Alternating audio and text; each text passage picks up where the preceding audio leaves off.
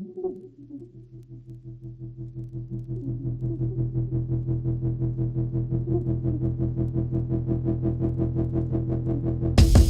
if I told you that there was a machine out right now that you can make anything you wanted with just a few clicks of a button?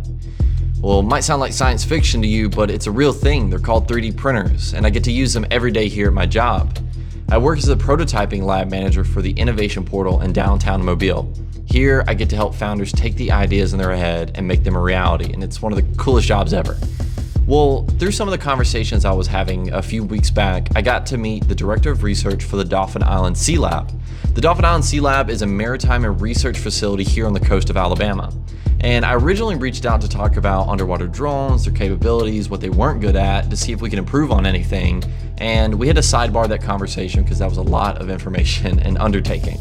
But it actually opened me up to a whole new opportunity where the Dauphin Island Sea Lab needed a custom plastic bracket made for a research buoy. And what better machine to use than a 3D printer?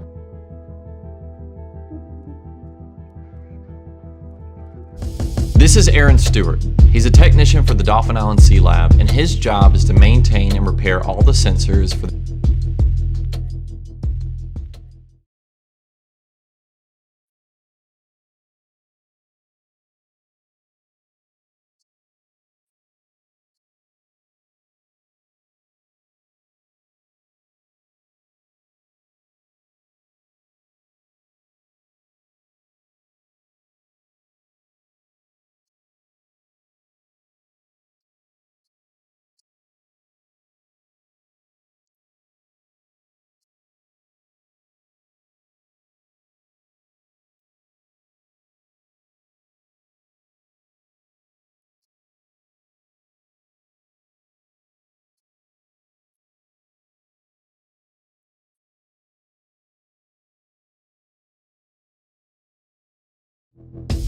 One of these sensors that Aaron has to work on is called a meteorological sensor. It takes readings such as temperature, humidity, wind speed, precipitation, you name it. And it's located on a mast that keeps breaking that's roughly 16 kilometers offshore on top of a research buoy.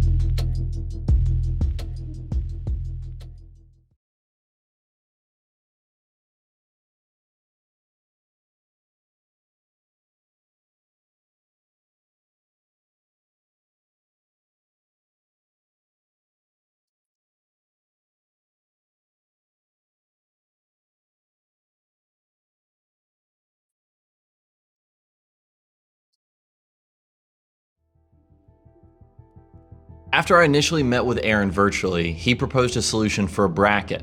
This bracket would actually hold up the meteorological mast on top of the buoy and prevent it from falling over, thus meaning they don't have to keep going out and fixing it, and they can keep getting constant, consistent data from it.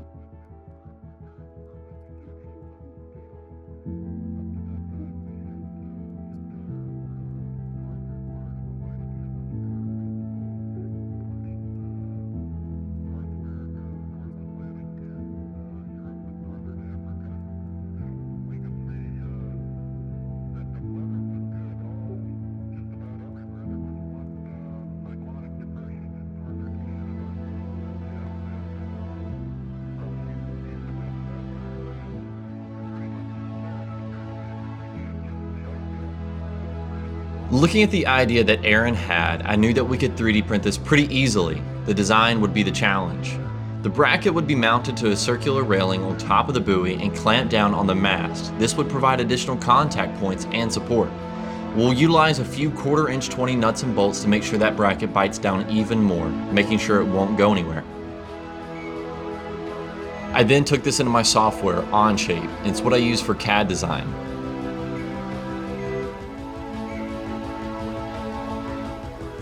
Thankfully, Aaron was able to supply me with the original CAD models of the buoy so I could cross-reference everything and check that this bracket fits the way it's supposed to. I chose to print the bracket out of nylon 6 carbon fiber. This material is known to be difficult to print with, but it holds up extremely well to intense UV rays in salt water. This would be crucial as this buoy is sitting out in deep water and exposed to the harsh elements 24/7. We actually went through a few different iterations, as you can see here, and I had thought we had landed on one, but after Aaron physically came into the space and showed me this meteorological mast that the sensor was going to be mounted on top of, we realized that there wasn't a lot of give in the bracket. So there was no way that this thing right here was gonna be able to go around it. So what we had to do was split the design in half.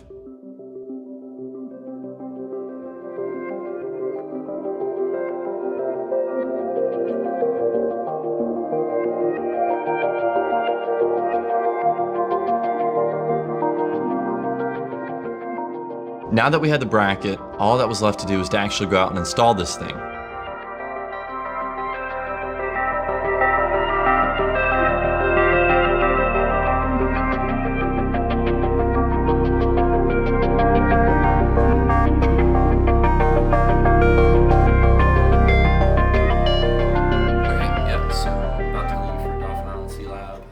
With me. Gonna leave here in about 20 minutes. I'm really hopeful about this. I got a good feeling. I gotta get some 1/4" 20 hardware for all the holes to secure it and everything to the buoy. But I think once we get it down there and get everything set up, I think it's gonna work. So I guess we're gonna see. We're gonna see. The morning of the operation, I set off for the Dauphin Island Sea Lab. Thankfully, it's not a far trip from where I live.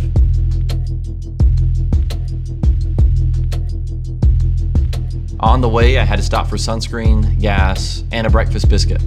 All are crucial to the operation, of course.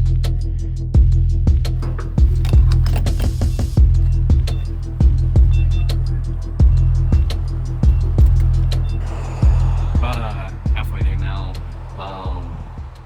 Kind of crazy. Stop at the Greer's, got sunscreen, bacon, egg, and cheese, and then a drink. And now I'm getting gas.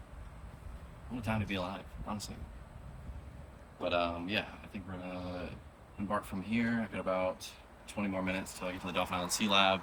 I'll be a little bit early, which is good. So, yeah. I was about halfway there when my nerves started setting in a bit. I was filled with excitement and curiosity about the day that lay ahead, but I was also a bit worried. I had only one shot for this thing to work, and I really didn't have another option while we're out that far on the boat. Yeah, so wanted to come and take a quick break before we got on the island. Phone's running hot, apparently. I mean, it makes sense. It's stinking 97 degrees out right now. So hopefully that's not going to give us any issues. But I feel like as I'm getting closer to the island, like it's kind of setting in that, you know, what we're doing is actually real. Like this is going to be out in the middle of the ocean, you know. And I'm a little jittery. I'm a little nervous about it. But I think it's going to be good. I think it's going to be good. I decided to trust the engineering and design that went into this bracket, and we marched on.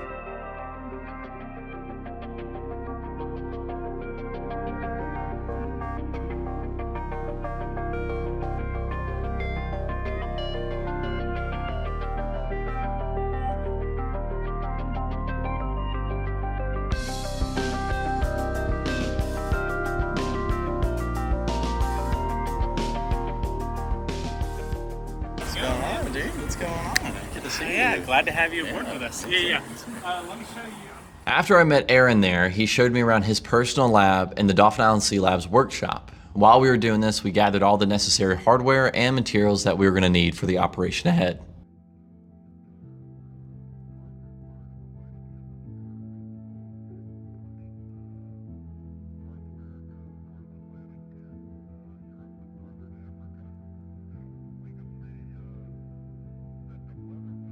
This is a very intimidating game right now. Yeah.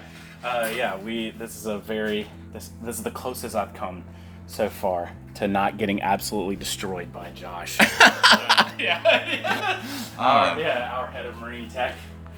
Here's where we will get our 1/4" 20 hardware.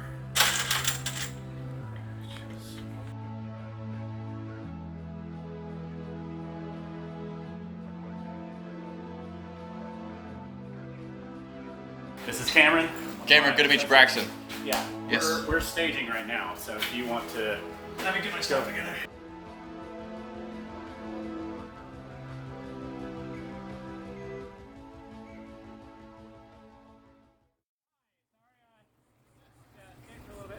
This is Braxton. Good to meet you guys. What's going on, man? Dr. Brian Kowski. Yes. Nice to meet you, Sir Braxton. Yeah. Dave, good to meet you, Dave. And this is our Captain Diana Burton. Good to meet you. I have a form for you guys. Okay, sweet. So it's a little wet. We'll set it down.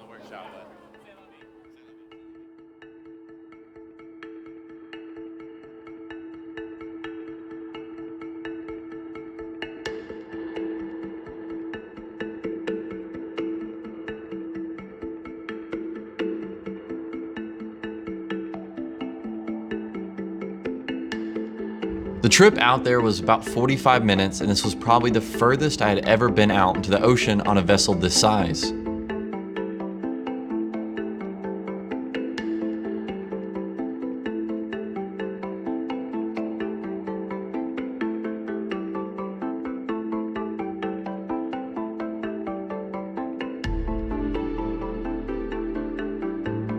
Eventually, Aaron told me to come up on the top deck of the boat. He said that he had spotted the buoy. His trained eye could see it, as where I definitely could not. Eventually, after traveling a little bit more, I saw it on the horizon as we approached it. Installing the bracket on this buoy was not the only part of the operation that day. Aaron had previously told me before we went out that he had prioritized the day into 5 different missions.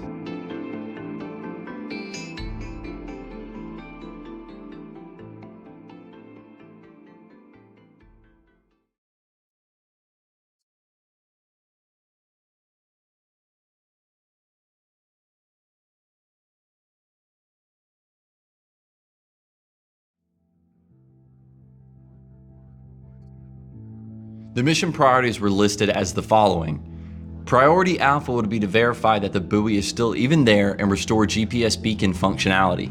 Priority Beta would be to lift the buoy onto the ship deck and swap it with a spare buoy to serve as a placeholder. Priority Gamma would be to update the firmware on the data logger that was housed inside the buoy. Priority Delta would be to replace the meteorological sensor and mast, as well as install the bracket that we had made. Priority Epsilon was to redeploy the buoy with full functionality and to start feeding back that real-time data into the ARCOS system. Priority Alpha was already complete, and the team had verified the buoy's existence and started working on it, getting it into the boat. Now we had to begin Priority Beta, which was pulling the buoy onto the deck. We did that by using an A-frame winch system that was capable of pulling such a heavy object onto this boat.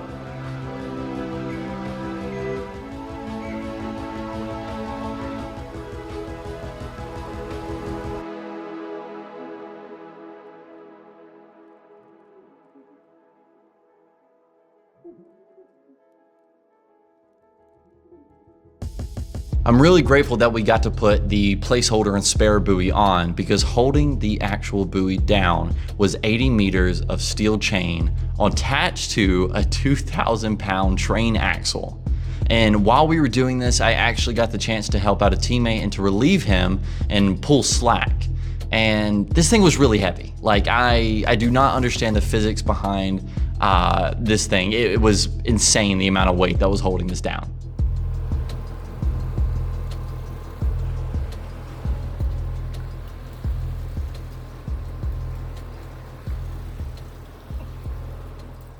Shortly after the placeholder buoy was attached and put back out in the ocean, we could begin on Priority Gamma. This was updating the firmware on the data logger, and Aaron and Cameron worked on this inside while I aided the team in scraping barnacles off the buoy. There's a whole ecosystem on the bottom of this buoy supporting all kinds of life. It was a refuge for sea life miles offshore. I also took a second to look around at the miles and miles of calm ocean that was laying out in every direction. There's a healthy sense of fear that you feel when you're out there and you can't see land, but it truly was gorgeous. We were so far out that the team had to use a Garmin device that allowed us to utilize satellite communication. This way they could check with the team at the Sea Lab on shore to verify that everything was working correctly. Once Aaron and Cameron had updated the firmware on the data logger, it was time to move to Priority Delta. This was to install the bracket that I had made, and weeks of planning and design prep had really come down to this very moment. Let's go. It'll get hot in a second.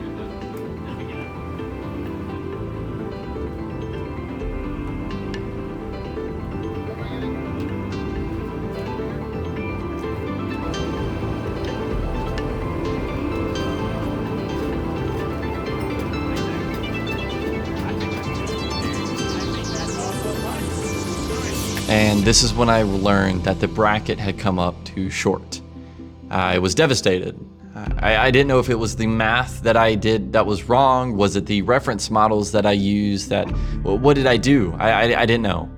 And thankfully for Aaron, he stayed really calm and collected, and he told me to not worry, that he'd rather this bracket be too short than too long, and went to his tool bag and brought out 2 steel hose clamps. And he attached it like we essentially planned on doing. Despite this miscalculation, the bracket really worked and supported the mast.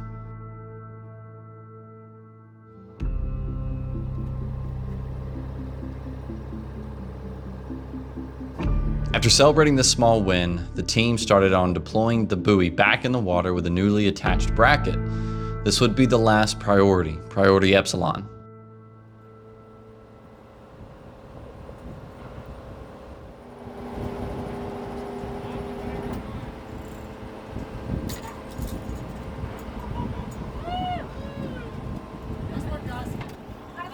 Seeing the buoy fade off into the distance was a relief. I felt a lot of things. I felt overwhelmed with joy, and I was happy that the day as a whole went okay. We had great weather conditions and the operation was successful, and I was surrounded by amazing people. But I felt a tinge of sorrow watching this part that I made leave my eyesight. It kind of felt like dropping a kid off at college or something. I don't know.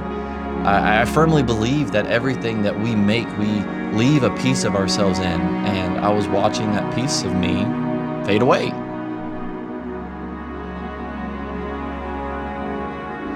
I was so grateful to be given this opportunity, and they politely and kindly let me onto this boat with them, and I learned so much, and it truly will be a memory that sticks with me for a lifetime. But more than anything, I was delighted and enjoyed the cruise company on the way back.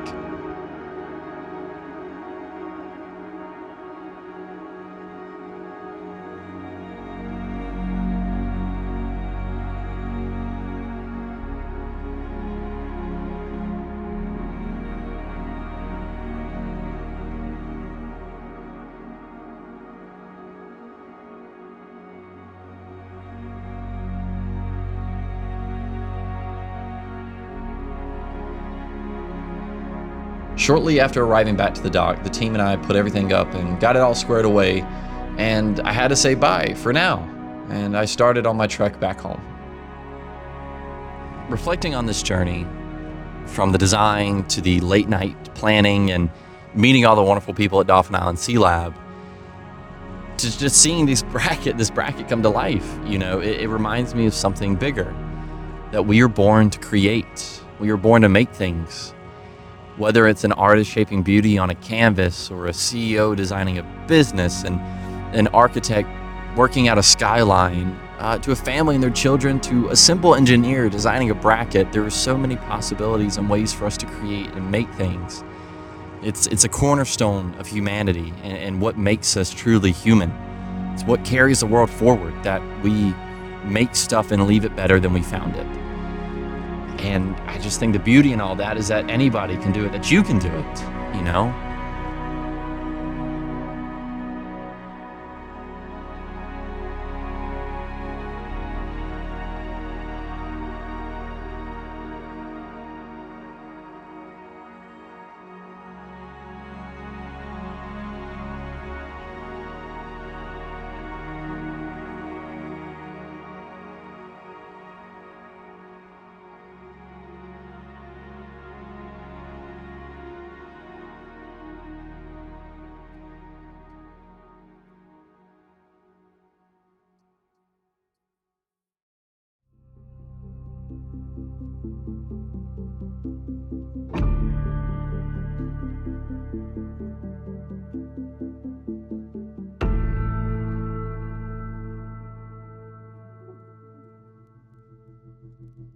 Oh, by the way, Aaron, how's that bracket holding up? Dude, the bracket is working like a champ.